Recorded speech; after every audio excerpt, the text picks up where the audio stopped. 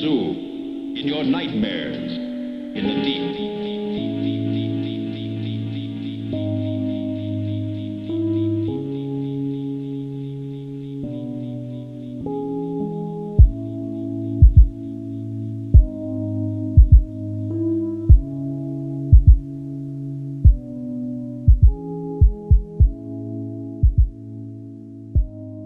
Folks, and welcome. If you've been playing games for a while or you just like to pick up older games for the sake of it, then you probably know who Troika games were, and you know that they're no longer around. I'm here today to give you some history on the company and the fall of our beloved savior, Troika Games. If you don't know exactly who they were the devs responsible for Vampire the Masquerade Bloodlines, one of their most popular games, an older 2004 RPG that has a decently sizable fan base even today, but, in my opinion, deserved a lot more attention than it got even over the past 12 years. Troika formed on April 1st, 1998 after finishing the first Fallout game and Fallout 2's design. They were originally part of Interplay Studios, but they did have disagreements about the future team structure, so three of them, Tim McCain, Leonard Boyarsky, and Jason Anderson, who, note, were actually the main three designers, artists, and coders on the original Fallout game, left and decided to form their own company. One of the first games that Troika made and put out was Arcanium of Steamworks and Magic Obscura, which started in 1998 and came out in 2001. It was a steampunk fantasy crossed over with computer RPG and was published by Sierra Entertainment. It originally sold over 230,000 units, which may not seem like a lot compared to today's games, but for the time it came out when the gaming industry wasn't nearly as popular as it is now, it was a decent amount. And the game was actually put on Steam as of 2016.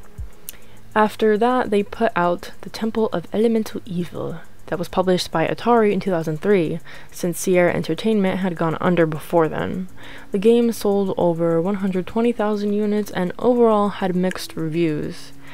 Their next game would be their most popular, praised, loved, and also their last, which was Vampire the Masquerade Bloodlines. Ew, why did I say it like that? Using an early version of the Source engine, it was a well-designed game, but riddled with bugs, also because they had to crunch to get the game out in time, so that's to be expected. They had contractual obligations with Valve, and therefore Activision was not allowed to release the game before Half-Life 2, and ironically the game was put out the same exact day as Half-Life 2, November 16th, 2004. Bloodlines was their most difficult game to develop as they had to run everything by White Wolf and Activision before getting anything done. Activision had hoped they could finish the game by 2004 and they did manage to do so, but with a lot of sacrifice from the devs.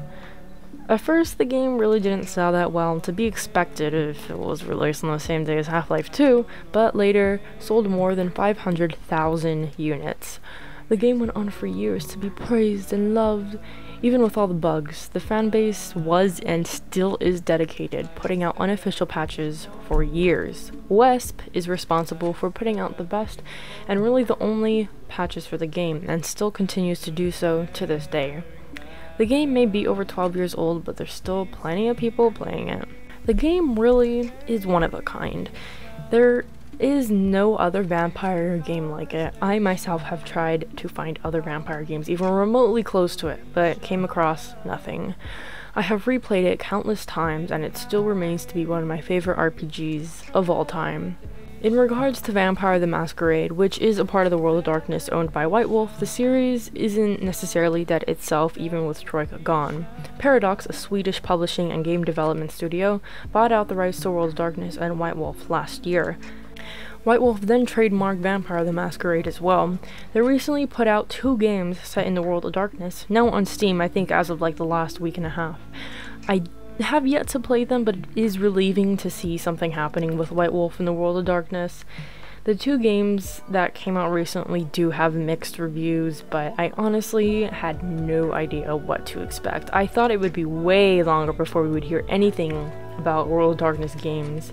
Even just hearing about World of Darkness, or Paradox buying World of Darkness, made me shat my pants. It made everyone shat their pants. Everyone was like, whoa, what? Something is happening with this series?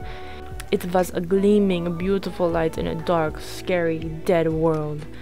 I can only hope that within the next few years that we can get a golden game, absolutely golden, from the World of Darkness, or set in the World of Darkness at least. Even before Bloodlines hit the store, Troika was already feeling their wallet grow light, and they were unable to secure fundings for future projects, and eventually, sad reacts only, had to close their doors on February 24th of 2005.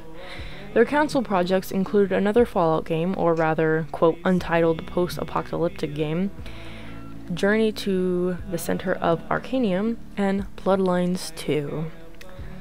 So, what happened to the people behind the games? Well, Tim Cain joined Carbine Studios and then eventually joined Obsidian Entertainment, aka the developers who made New Vegas, and is still there as a senior programmer.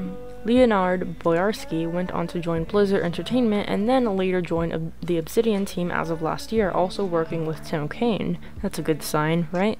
Jason Anderson joined Interplay once again, but left in 2009 and joined In Exile Entertainment, and then moved on to Turtle Rock Studios and is currently working there. So, even though Troika went under and died, they really technically didn't, because the people who were behind it are still active in game development.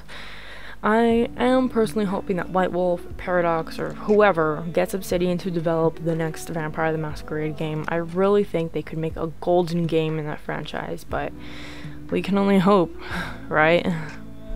Thank you for watching, I hope you enjoyed, and see ya next video.